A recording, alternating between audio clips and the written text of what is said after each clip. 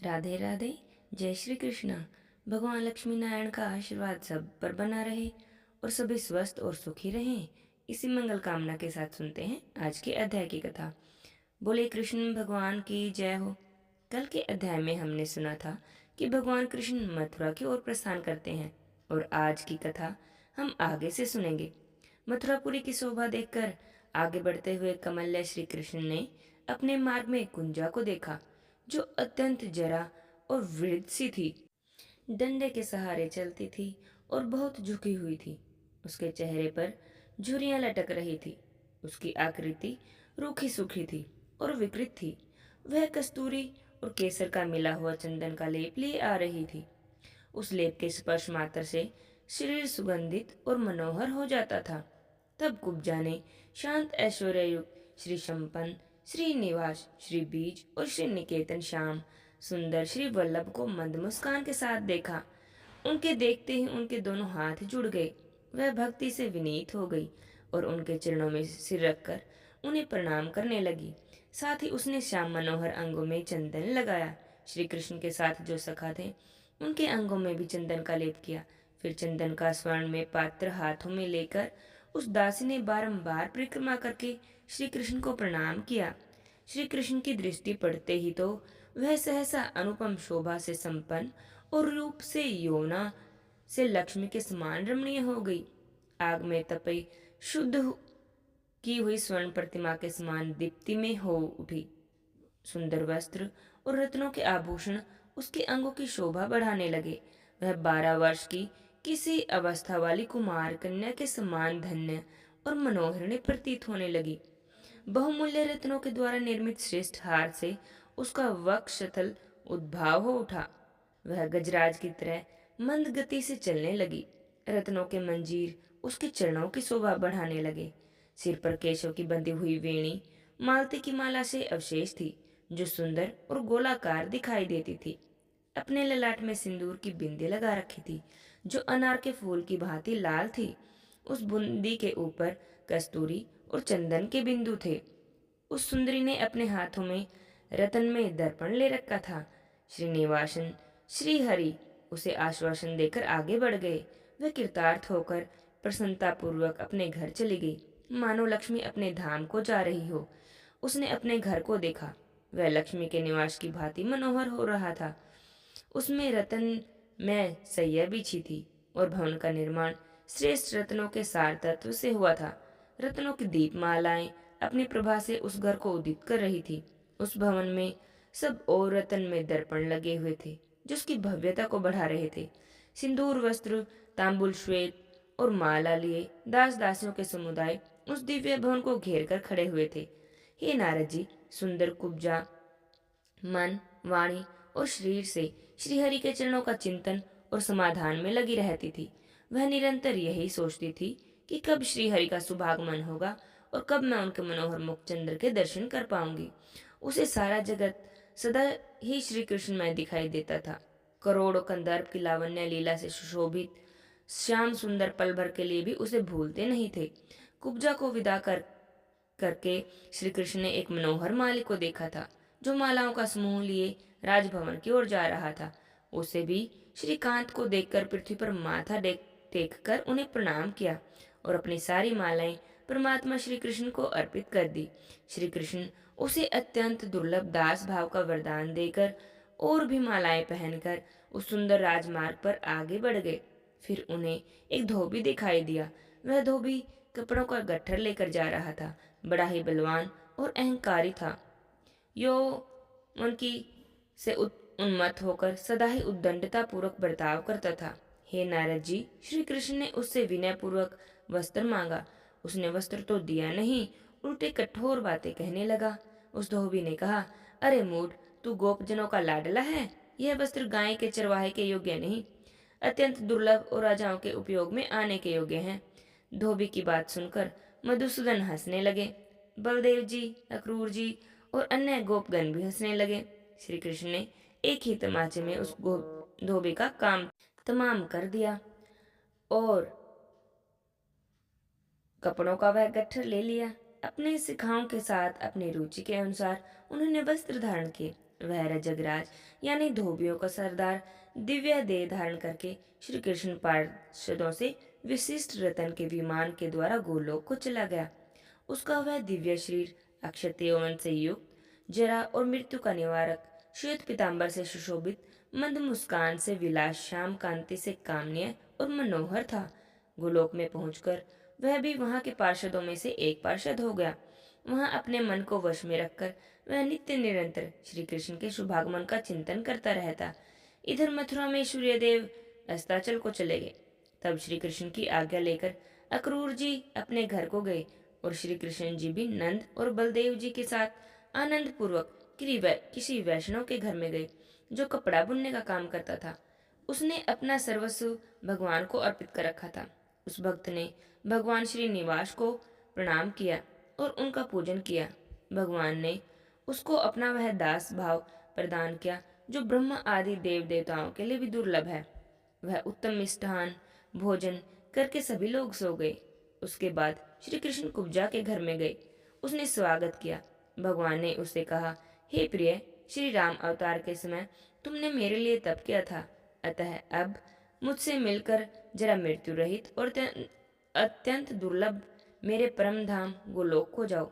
इसी समय गोलोक से एक रत्न निर्मित रथ वहां पर आया और वह कुब्जा दिव्य देह धारण करके उसी के द्वारा गोलोक को चली गई।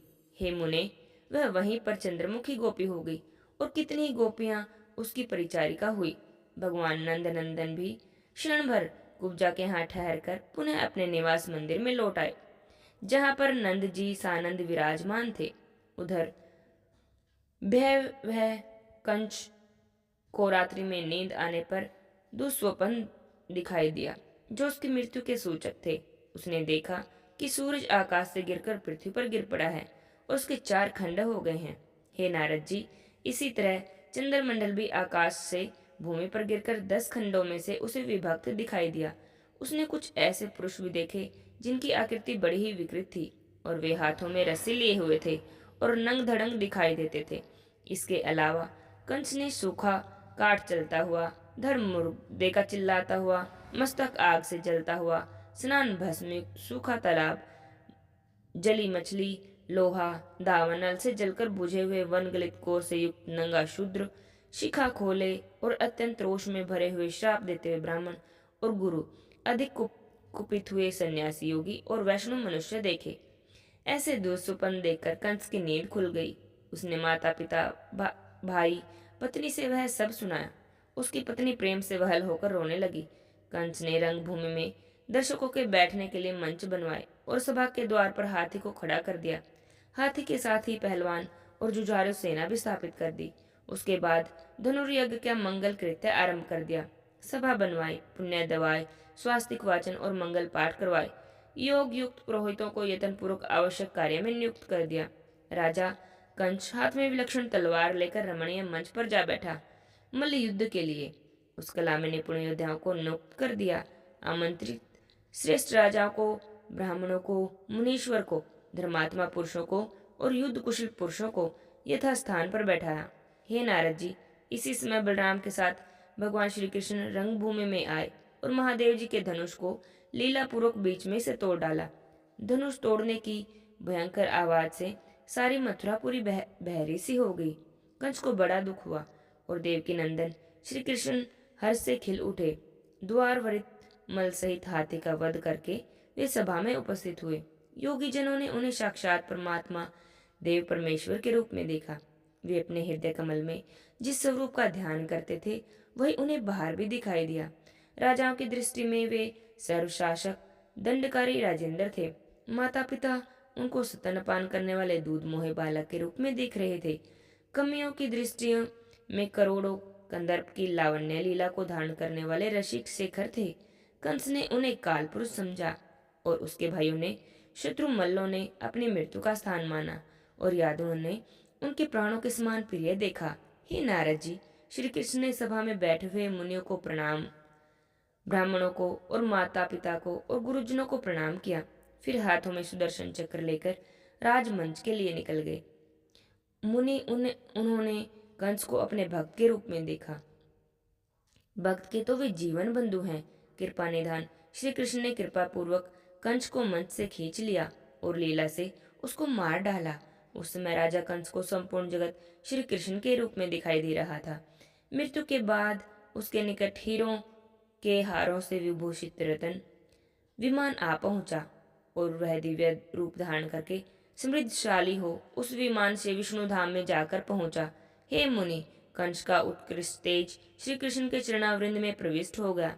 उसका दैहिक संस्कार और सत्कार करके श्री हरि ने ब्राह्मणों को धन का दान दिया और उसके बाद राज्य और राजा का छत्र बुद्धिमान उग्रसेन जी को सौंप दिया और चंद्रवर्षी उग्रसेन जी पुनः यादवों के राजेंद्र हो गए। नारायण जी कहते हैं कि जो पुरुष माता और पिता, विद्यादाता और मंत्र दाता गुरु का पोषण नहीं करता, वह जीवन भर पाप से शुद्ध नहीं होता। समस्त पूजने में पिता वंदनीय हैं और महान गुरु हैं, परंतु माता गर्भ में धारण और पोषण करती है, इसलिए पिता से 100 गुनी श्रेष्ठ है। माता पृथ्वी के समान क्षमाशील और सबका समान रूप से हित चाहने वाली है। अतः भूतल पर सबके लिए सबसे बढ़कर, माता से बढ़कर बंधु दूसरा कोई नहीं। साथ में यह भी सच है कि विद्यादाता और मंत्रदाता गुरु माता से भी बढ़कर आदर के योग्य होते हैं। वेदों के अनुसार गुरु से बढ़कर वंदनीय और पूजनीय दूसरा कोई नहीं। हे मुनि, ऐसा कहकर श्री कृष्ण और बलराम जी ने माता को प्रणाम किया और फिर माता पिता ने उन दोनों को आदर से अपनी गोद में बिठा लिया और उन्हें उत्तम भोजन करवाया। नंद और ग्वालों को वह बड़े आदर से भोजन कराया, बच्चों का मंगल कृत्य कराया और उनके उपलक्ष्य में बहुत से ब्राह्मणों को जिमा। उस समय वासुदेव जी ने प्रसन्नता पूर्वक बहुत से ब्राह्मणों को दान दिया। आज की कथा यहीं पर समाप्त होती है। अगले अध्याय में हम सुनेंगे आगे की कथा। बोले श्री कृष्ण भगवान की जय हो, लक्ष्मी नारायण भगवान की जय हो। अब सुनते हैं शनिदेव जी की कथा। बोले शनिदेव भगवान की जय हो। ओम सहस्निशाय नमः। एक समय की बात है जब सभी नवग्रह यानी सूर्य, चंद्रमा, मंगल, बुध, बृहस्पति, शुक्र, शनि, राहु और केतु में विवाद छिड़ गया कि सबसे बड़ा कौन है। सभी आपस में लड़ने लगे। तब सभी लोग देवराज इंद्र के पास गए।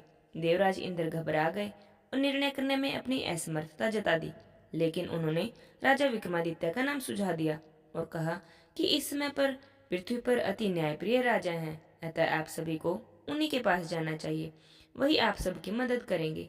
इसके बाद सभी ग्रह एक साथ राजा विक्रमादित्य के पास गए और उन्हें अपनी समस्या बताई। राजा विक्रमादित्य यह देखकर संकट में आ गए, क्योंकि वे जानते थे कि वे जिस किसी को भी छोटा कहेंगे वही क्रोधित हो जाएगा। तब राजा ने एक उपाय निकाला। उन्होंने सोना, चांदी, कांसा, पीतल, शीशा, रंगा, जस्ता, अभ्रक और लोहे के 9 सिंहासन बनवाए। फिर सिंहासनों को इसी क्रम में रख दिया और निवेदन किया कि वह सभी सिंहासन ग्रहण कर लें। जो सिंहासन पर सबसे पहले बैठेगा वही बड़ा माना जाएगा और जो अंतिम सिंहासन पर बैठेगा वही छोटा माना जाएगा। तो लोहे का सिंहासन सबसे बाद में होने के कारण शनिदेव जी उस पर बैठ गए और छोटे कहलाने लगे। शनिदेव जी को लगा कि राजा ने जानबूझकर ऐसा किया है। तब वे गुस्से में राजा से बोले, हे राजन, तुम मुझे नहीं जानते हो। सूर्य एक राशि में 1 महीना, चंद्रमा 2.25 महीने 2 दिन, मंगल 1.5 महीना, बृहस्पति 13 महीने, बुध और शुक्र 1-1 महीने विचरण करते हैं, लेकिन मैं 2.5 साल से 7.5 साल तक एक ही राशि में रहता हूँ। मैंने बड़े बड़ों का विनाश किया है। जब श्री राम की 7.5 आई तो वनवास हो गया। रावण की घड़ी में 7.5 आई तो लंका को बंदरों की सेना ने हरा दिया। अब तू क्या चीज है। और ऐसा कहते हुए गुस्से में शनिदेव वहां से चले गए। बाकी सभी देवता खुशी खुशी वापस आ गए। कुछ समय बीता, राजा पर शनि की 7.5 आई। तब शनिदेव बढ़िया बढ़िया घोड़ों को लेकर एक सौदागर बनकर वहां पहुंचे। राजा को पता लगते ही उन्होंने अपने सेवक को सबसे अच्छा घोड़ा खरीदने की आज्ञा दे दी। उसने कई अच्छे घोड़े खरीद लिए। उनमें से एक घोड़े को राजा को सवारी के लिए दे दिया। राजा के सवार होते ही वह घोड़ा जंगल की ओर भागने लगा और उस वन में पहुंचते ही वह घोड़ा गायब हो गया। राजा जंगल में बिल्कुल अकेला भूखा प्यासा भटकता रहा। तभी ग्वाले ने राजा को पानी पिलाया। पानी पीकर राजा बहुत प्रसन्न हुए और उन्हें अपनी अंगूठी दे दी। इसके बाद राजा आगे नगर की ओर निकल गया। रास्ते में पड़े एक स्थान पर रुका। जब किसी ने परिचय पूछा तब उन्होंने अपना नाम उज्जैन का निवासी वीका बताया। उस नगर में एक सेठ की दुकान पर उन्हें कुछ देर तक विश्राम किया। किसी भाग्य से उस दिन सेठ की खूब बिक्री हुई, तो सेठ ने खुश होकर उसे अपने साथ अपने घर खाना खाने के लिए चलने के लिए कहा। तभी वहां पर राजा ने खूंटी पर एक हार टंगा देखा, जिससे खूंटी निगल रही थी। थोड़ी ही देर में वह पूरा हार गायब हो गया। सेठ को लगा कि वीका ने ही इस हार को चुराया है। उसने वीका को कोतवाल के पास पकड़वा दिया। फिर राजा ने भी वीका को ही चोर समझा और हाथ पैर कटवाकर नगर के बाहर फेंकवा दिया। वहां से एक तेली गुजर रहा था। उसे उसकी हालत पर दया आ गई और उसने उसे अपनी गाड़ी पर बैठा लिया। उसके बाद राजा की शनिदेव की दशा समाप्त हो गई। वर्षा ऋतु आने पर राजा मल्हार गीत गाने लगा। राजा के राग को सुनकर उस नगर की राजकुमारी मनभावनी को उसका गाना बहुत पसंद आया। राजकुमारी को गाना इतना पसंद आया कि उसने प्रण कर लिया कि वे तो विवाह उसी से ही करेंगी जो इस गाने को गाता है। उसे ढूंढने के लिए उन्होंने दासी को भेजा। दासी ने पता लगाकर राजकुमारी को बताया कि यह तो एक अपाहिज है, लेकिन फिर भी राजकुमारी उसके साथ विवाह करने के लिए अड़ी रही और अनशन पर बैठ गई कि विवाह करेंगी तो सिर्फ उसी के साथ। इसके बाद राजा ने अपनी राजकुमार का विवाह उस अपंग राजा से करवा दिया। एक दिन राजा के स्वप्न में शनिदेव आए और उन्होंने कहा, देखा राजन, तुमने मुझे छोटा बताकर कितना दुख झेला है। इसके बाद राजा ने शनिदेव से माफी मांगी और प्रार्थना करते हुए कहा कि हे शनिदेव, अब यह दुख किसी और को कभी मत देना। उसके बाद शनिदेव ने राजा की यह मांग स्वीकार कर ली और कहा कि जो कोई भी मेरा व्रत करेगा और इस कथा को पढ़ेगा या सुनेगा, उसे मेरी दशा में कोई दुख नहीं झेलना पड़ेगा। जो व्यक्ति रोज चींटियों को आटा डालेगा, उसकी सभी मनोकामनाएं पूरी होंगी। और ऐसा कहकर शनिदेव ने राजा को फिर से ठीक कर दिया और राजा के हाथ पैर भी वापस आ गए। सुबह आंख खुलने पर राजकुमारी ने देखा तो वह चौंक गई। तब वीका ने बताया कि वह कोई और नहीं बल्कि उज्जैन का राजा विक्रमादित्य है। यह जानकर सभी बहुत प्रसन्न हुए। सेठ को जब इस बात का पता चला तो वह राजा से क्षमा मांगने लगा और राजा ने कहा कि सेठ जी, इसमें आपका कोई भी दोष नहीं है। यह सब तो मुझ पर शनिदेव का क्रोध था। सेठ जी ने राजा को अपने घर खाने पर आमंत्रित किया।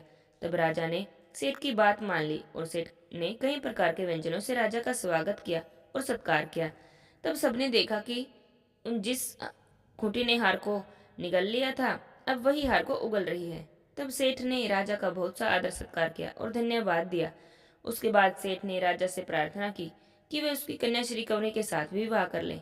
राजा ने इसे स्वीकार कर लिया और दोनों रानियां मनभावनी और श्री कंवरी को साथ लेकर उज्जैन नगरी आ गए। उज्जैन नगरी में राजा का खूब आदर सत्कार हुआ। पूरे नगर में दिवाली मनाई गई।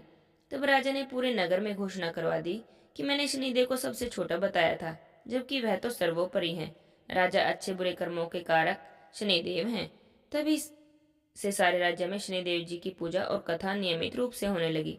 ऐसी मान्यता है कि जो कोई भी शनिवार का व्रत रखकर शनिदेव जी की इस कथा को पढ़ता है या सुनता है, उसके सभी दुख दूर हो जाते हैं।